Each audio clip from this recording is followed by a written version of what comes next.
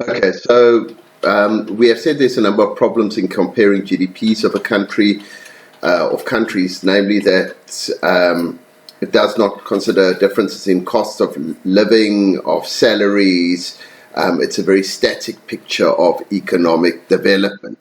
So, an alternative way of comparing countries'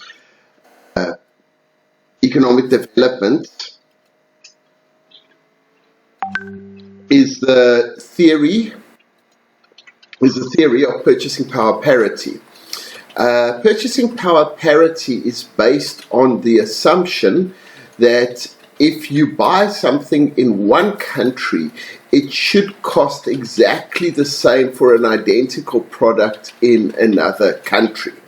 So the idea, if you buy a Big Mac, which is the core theory of PPP, that it should basically cost you the same no matter what country you are operating in or you find yourself in, irrespective of the currency of that country. So over time, all currencies should equal one another. However, that is not the case. So the reality is we tend to pay more or pay less in a particular country for the same product if you compare these to one another. Okay. So there's this fantastic. Now, I've placed. Sorry. I've placed two videos on Blackboard.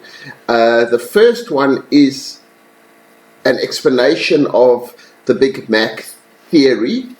It's on Blackboard. Alternatively, you've got the YouTube HTML link, or you can search for TWL hashtag 6 Big Mac Economics. And the second one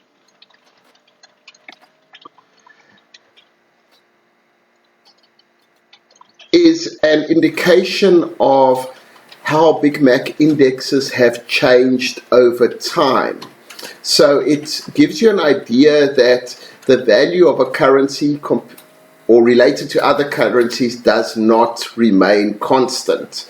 South Africa's rand isn't illustrated in this video. However, if you go back to the 80s or late 70s, 80s, the rand was worth 2 rand to the dollar. And now it is trading for 18 Rand 50 to the dollar. So the purchasing power parity has changed dramatically over time in terms of the power of the South African rand.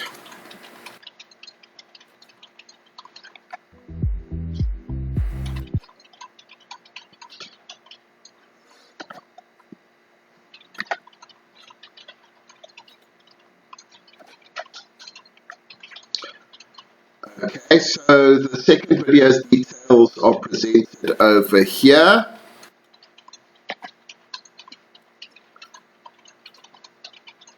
And then there's a portfolio exercise which asks 3 questions. What is PPP? What is Bergonomics? And what is the Big Mac index value for South Africa, given that a Big Mac costs 31 Rand in South Africa and $5.50 in the USA. And the Rand-dollar exchange rate on the 1st of January was 14 Rand. On the 15th of May, it was 18 Rand 50. So we've had a dramatic swing in our exchange rates. And the formula that you have over here, PPP, so to calculate your PPP value is Rand value for the Big Mac price over the dollar value for the Big Mac price. And then we want to calculate whether the Rand is under or overvalued, the actual exchange rate.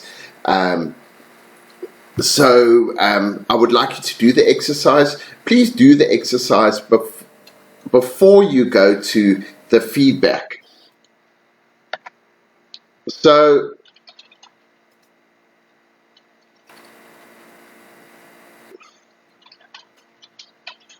because if if you sit and do the exercise yourself, it will give you an indication of whether you really understand the work before you simply go and look at the answers.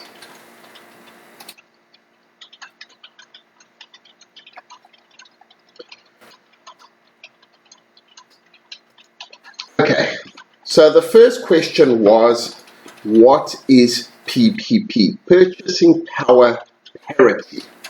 So purchasing power parity is a measure of prices in different countries that uses the price of a specific good to compare the absolute purchasing power of that country's currency. Okay, so in other words, purchasing power parity is a theory that compares. It is a theory that compares the price of two identical goods in two different countries and looks at what is the difference in the purchase price between those countries.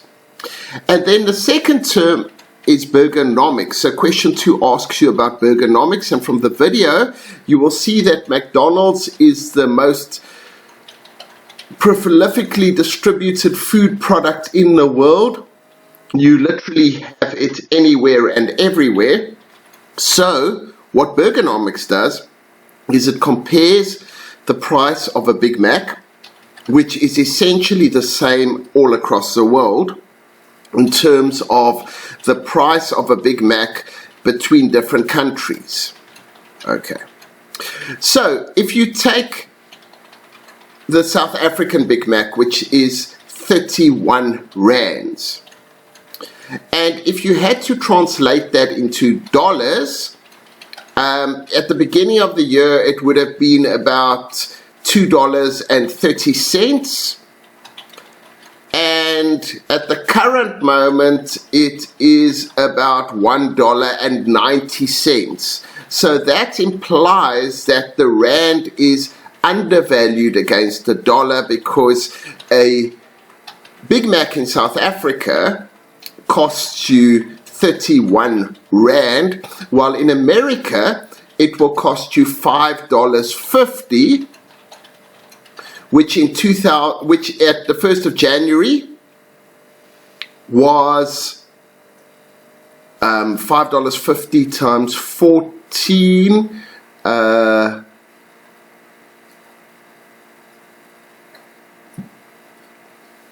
about 87 rand if my calculation is correct. And if you do it now, a Big Mac is going to cost you about 100 rand between friends. Okay, so let's look at the formula. Okay, let me just say one thing. That would be if you had to take your rands and go to America. The Big Mac would currently cost you 18 rand 50 times 5.5, which if you do a quick calculation, 18.5 times 5.5, it will cost you 101 rand and 75 cents, which is considerably more than in South Africa. Okay, so how do we do our Big Mac calculations?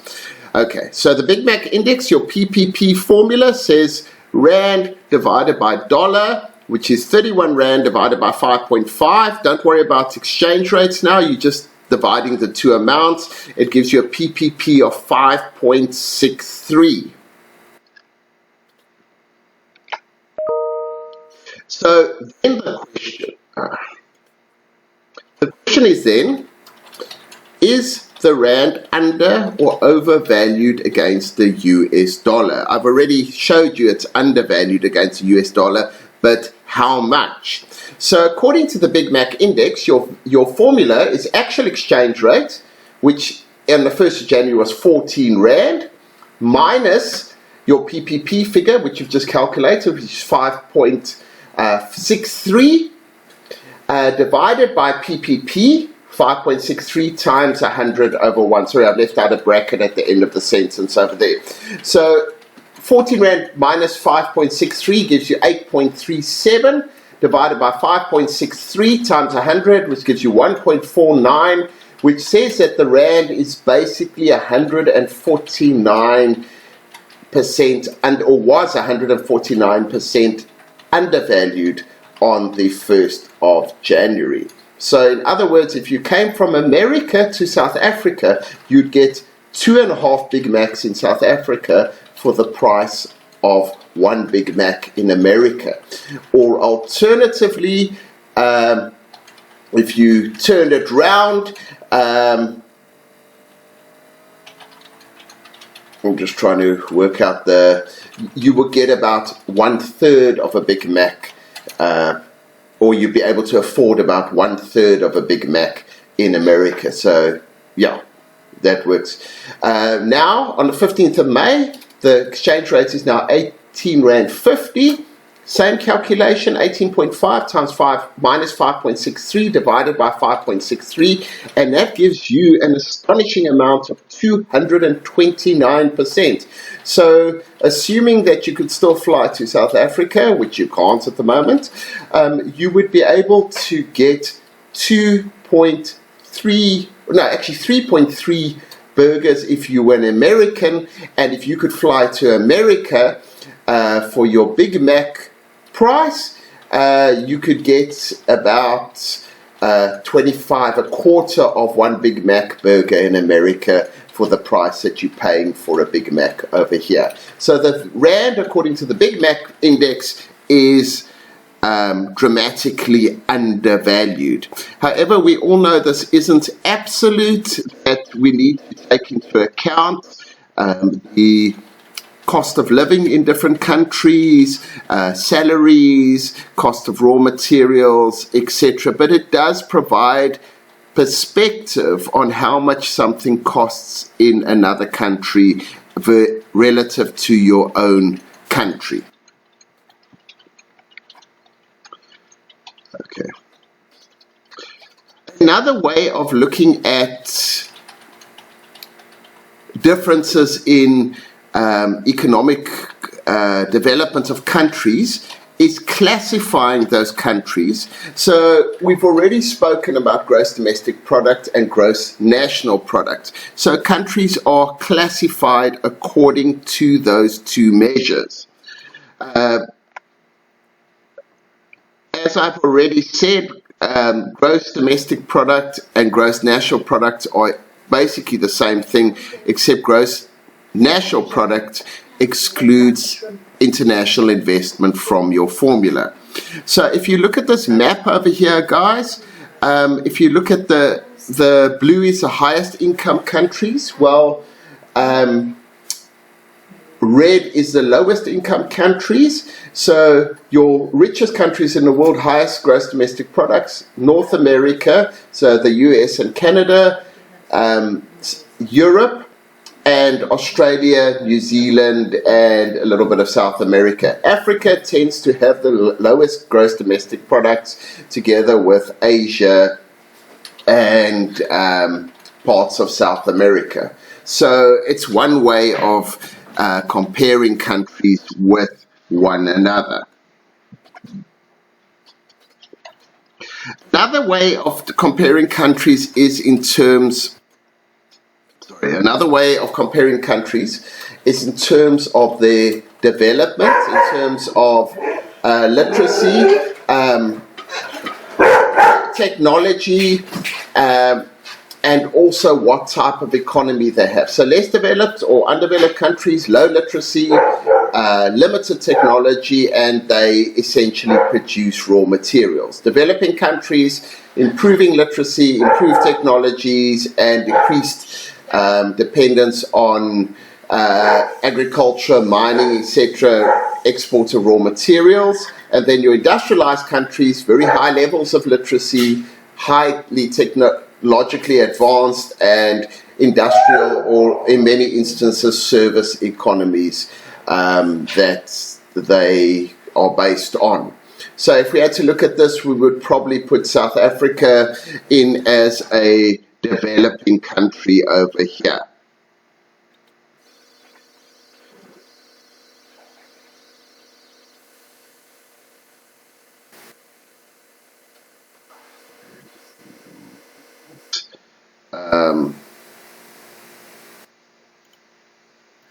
Sorry. Now, countries do not stay the same. As you showed you within the Big Mac Index, values of countries' economies or countries' currencies, in the case of the Big Mac Index, change over time, but also countries develop economically. So economic growth is the increase of an economy's capacity to produce goods and services. So as industry develops in a particular country, their economies grow over time. We report economic growth, for example, in South Africa. I'll look at it now in terms of the inflation rate, etc. But the economic growth rate, the World Bank gives us an indication of how much our economy is expected to grow each year. At the beginning of this year, our economy was expected to grow at 2 or 3%. However, due to the COVID-19 outbreak and the lockdown, our economy is now expected to actually decrease. In other words, it's expected to shrink with 3 or 4%. In other words, 3 or 4% of all industry, etc., in South Africa is likely to close down, which also has the unfortunate implication that we should lose a large number of jobs, etc., in our economy and not be able to take up new entrants into the economy. So economic growth, rising levels of output over time, more products and services produced, but it's basically the total production of a country increases. And this is good in terms of jobs and employment levels and general wealth of the country. But as I've already pointed out, due to COVID-19, we are actually going into recession, which means that our economic growth is actually declining, which is a very unfortunate situation to be in. Okay, so if we look at increases in GDP from year to year,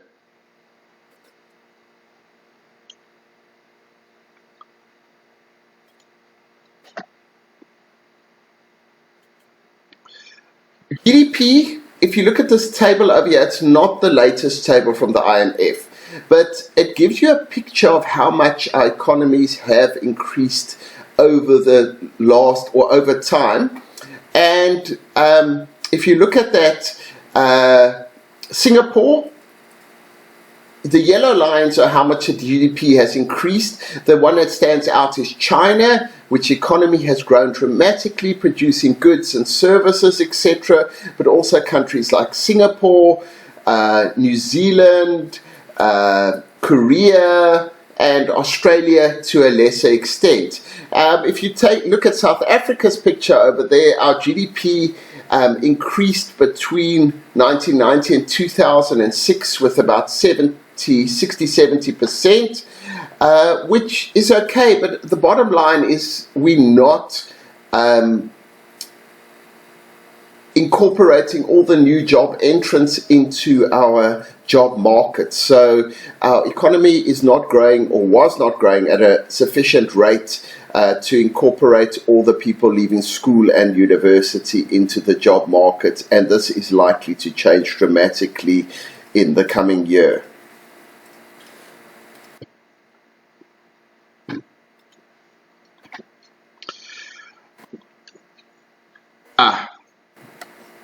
So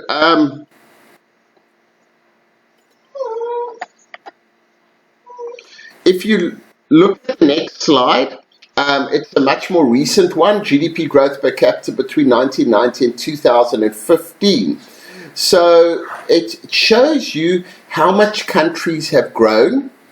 And so in 2015, surprise, surprise, Equatorial Guinea has shown the greatest growth in GDP for the whole world in 2015, followed by China, whose economy has been growing dramatically, Vietnam, who opened up, created more economic freedom, Suriname, which is a country in Southeast Asia, but countries, the Maldives has also grown dramatically, Slovakia, Poland, all countries that have become more economically open, allowed more trade, etc. Now, does this mean that the people in the country have got richer? Yes and no. So, example, in China, there's a burgeoning middle class. Lots of people are buying lots of goods and services, especially luxury goods and services. So there's been a huge growth there. But Equatorial Guinea, they discovered oil, but unfortunately a large part of the wealth that they acquired was siphoned off by politicians and corrupt government officials, etc. So even though they showed huge growth in their gross domestic product, their general population have benefited very little from it. So that gives you also a perspective of how GDP impacts on population. It doesn't necessarily benefit everyone within the population. But the general tendency is as the GDP grows, the population tends to become wealthier.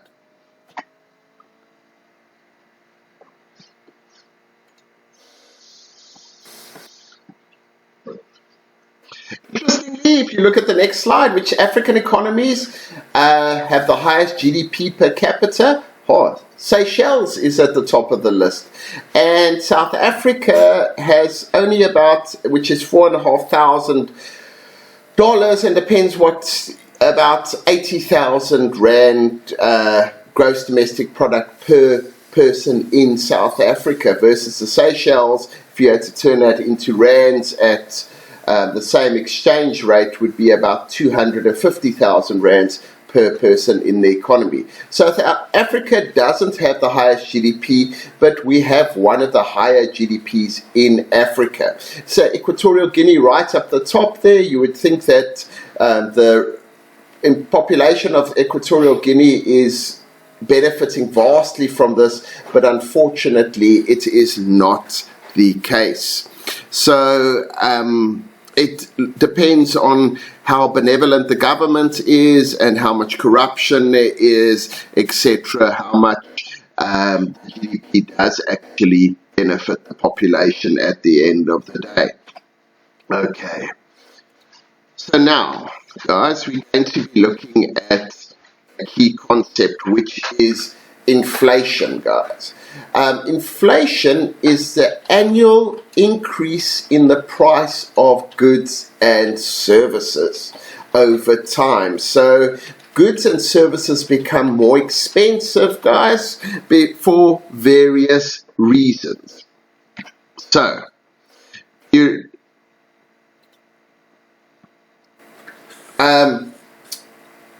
okay, things become, just think of any product that you use.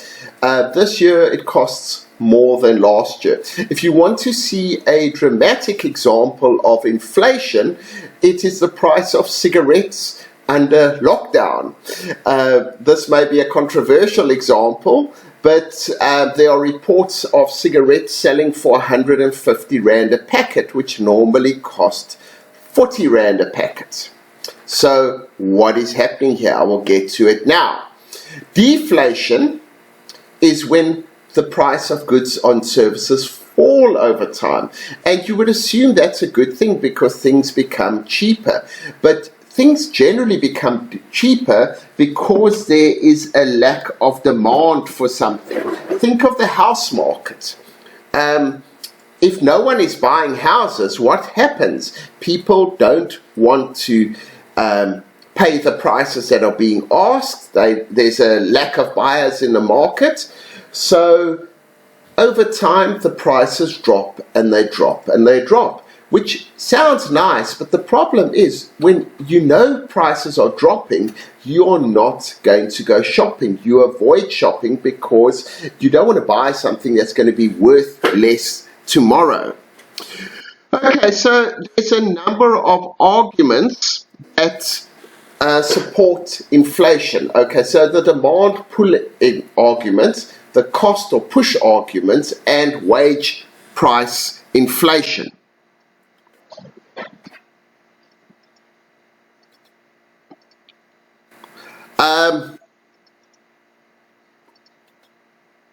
Let's take two examples, and I'm going to work through them or going to use them separately. The first one is cigarettes. Okay.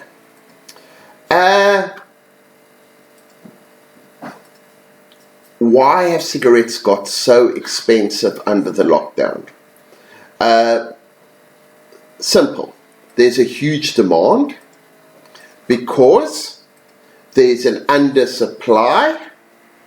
So there's a huge demand everyone wants, but the government has put a ban on the sale of cigarettes. So that means that people are prepared to pay more for something that they want. That is pull inflation, and pull inflation pushes up the price of goods when there are shortages. By the same token, the price of petrol has declined quite dramatically during the lockdown. Why? Okay. Petrol, or let's go to oil, is also based on supply and demand. But what has happened is that the demand for oil has dropped considerably because we're not driving our cars. Industry is closed, so it's not using oil to power its factories. And Iran and Russia got into a little, Saudi Arabia and Russia got into a little price spat, and they decided not to reduce the amount of oil that they were producing. So at one stage, there was more oil than the world could accommodate. There's nowhere to store all this oil that is being produced, and the lowest oil actually dropped to was something like minus $38 a barrel. So they would actually pay you $38 to take away their oil. But the demand has now climbed again, so the price is around $20 to $30 a barrel. So in any normal economy, and I say in inverted commas, three factors influence the price of something. Okay. Cost or push factors. So commodity prices, guys, your raw materials. You want to build a house, you have to pay for the bricks, you have to pay for the cement, the roofing, etc., etc. Then the government taxes you. So the tax has to be included in the price of the house. And also the exchange rate, because not everything that you put in the house is produced in South Africa. A whole lot of it is imported. So if our exchange rate is weak, it pushes up the price, and vice versa. If it is strong, it pulls down the price.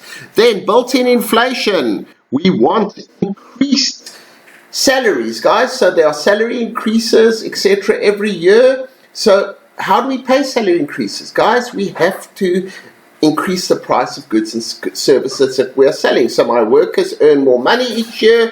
Therefore, where does that money come from? In the increased price, or in the increased price of the house that I sell to you. Then the demand or pull inflation. If the government is spending a lot, in other words, they're building a lot of hospitals or roads or whatever, greater demand for building services. If there's lots of money around, so more people are buying houses, price goes up. And if there's a shortage of houses, the price goes up again. So three factors, guys, influence inflation: the cost, push factors, built-in factors, and the demand factors at the end of the day.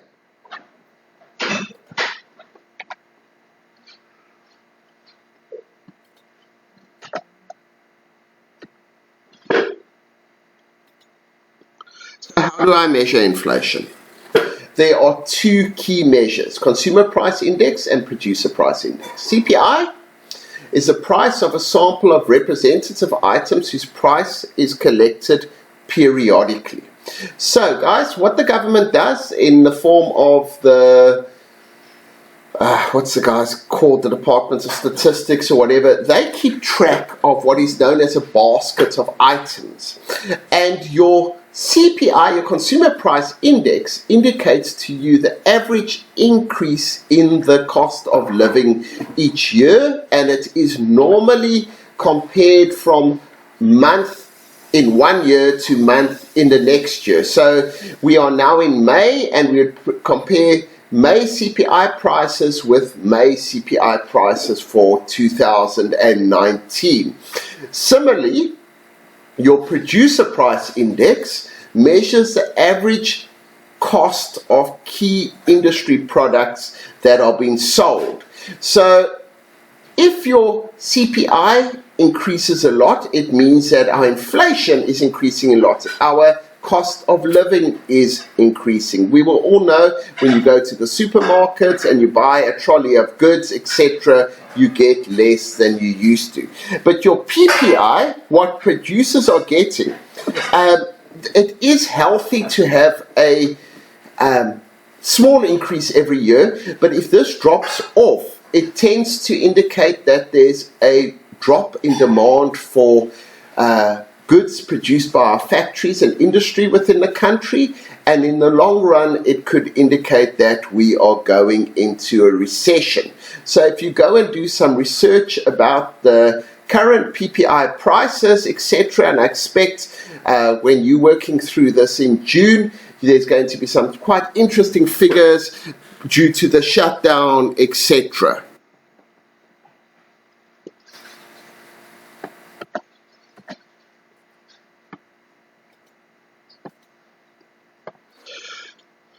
Okay, there is also something called the balance of payments.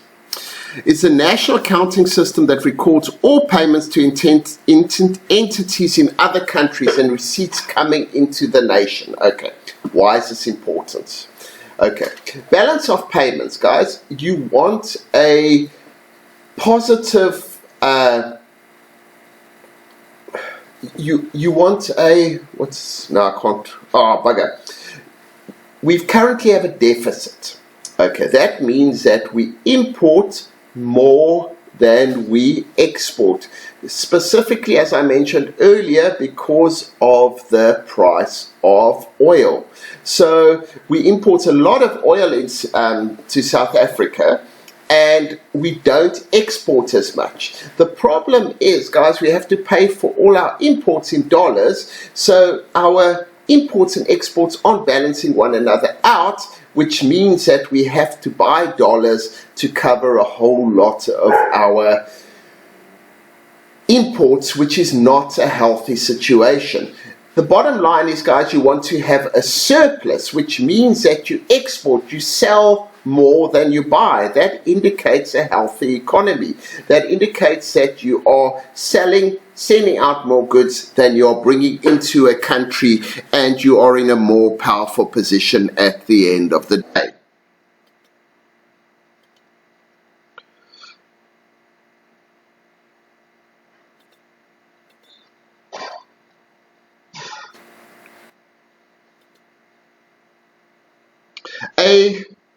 Another issue that is considered in the financial environment is external debt. Our government has a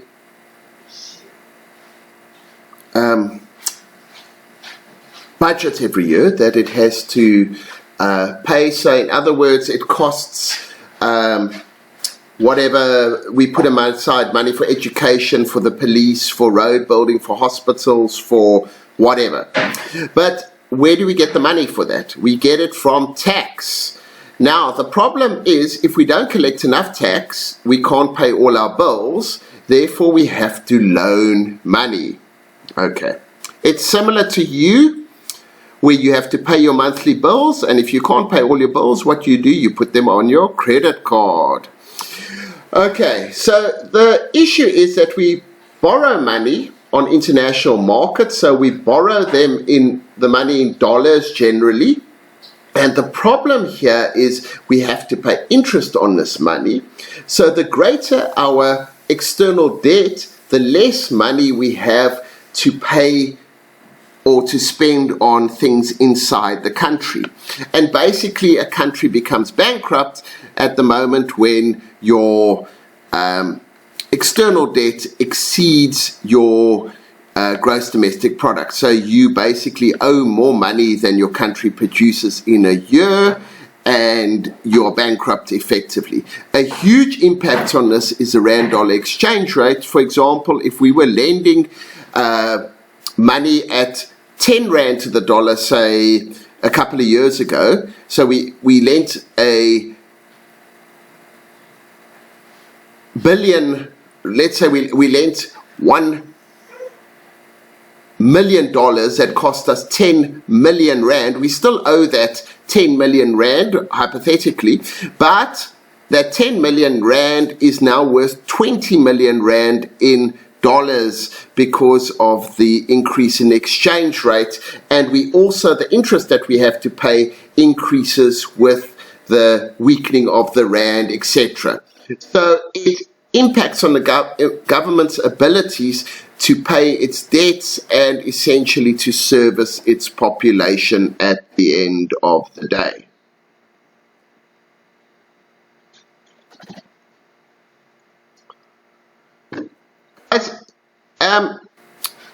Just on this point, think of yourself and having accounts, etc. I always lecture about getting out of varsity and not getting a whole lot of credit, etc. Because if you get piles of credit, all you're going to be doing is spending your whole salary on paying off your Edgar's account or your car payments or your credit card payments, etc., and have no money to spend on yourself and paying your monthly bills, etc. It makes much more sense to use or to get what's known as good debt, where you buy assets that appreciate over time, such as property,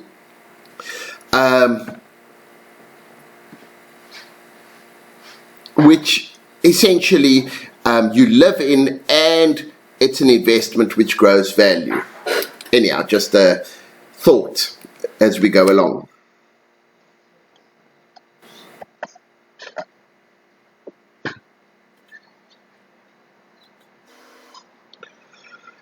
For another second last point that we want to look over here, guys.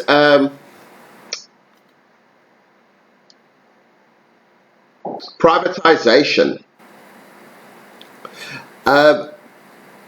Privatization provides opportunities for industry to invest in a country. For example, if we had to take South Africa and if we had to privatize Eskom or SAA or the railway service, it would provide opportunities for foreign investors to come open businesses here, bring money to South Africa, create jobs, etc. However, there's an extreme political question about privatization and the government selling off its assets, and does it benefit the people, etc. So in the South African context, and not just in the South African context, in many contexts, privatization is a very controversial topic. So some of the benefits of privatization: improves performance, efficiency, energy, industry becomes more competitive, money comes in, knowledge comes in, and private business tends to run businesses a lot more effectively. The disadvantages of privatization is that it can often become very expensive and unaffordable in a number of instances, as is illustrated by America's healthcare system, where people die because they cannot afford basic healthcare in some instances.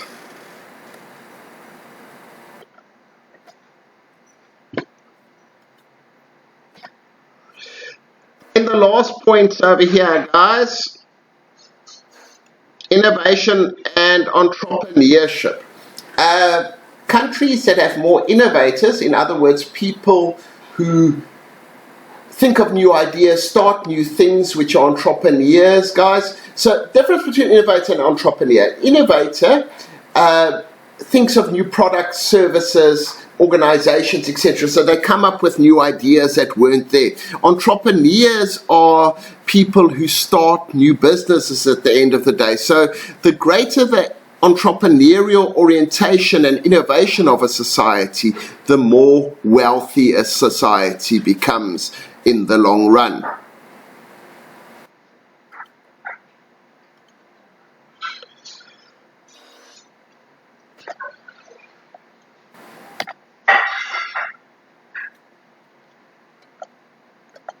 So guys, as I've already said to you, you must answer the case study questions that are on the slide over here.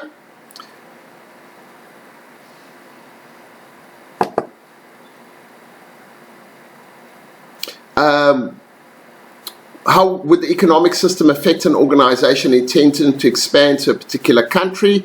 Explain the concept of GDP. Explain the Big Mac Index. How does South Africa measure up here? You need to do some research on the internet about South Africa's current Big Mac Index, although you've calculated it earlier as well. Explain what economic growth means for a country. Explain the concept of inflation, both types, and how this would impact on any business. Sorry, I've got on Virgin Business, on a Virgin Business, on any business. What is external debt and how does this impact on the economic activity in a country? And explain innovation and entrepreneurship. How does this impact on economic activity in a country, guys? The questions are all answered above. You need to work these questions out for yourself, guys. I'm not going to repeat the whole lecture over here, but importantly, guys, these, together with the earlier exercise questions, are the questions that will appear in the exam papers at the end of the year. So if you prepare around the questions in the exercises, you will have no problem what to do or what you need to answer in order to prepare for the exercises. Or for the exam rather. You know exactly what is being asked.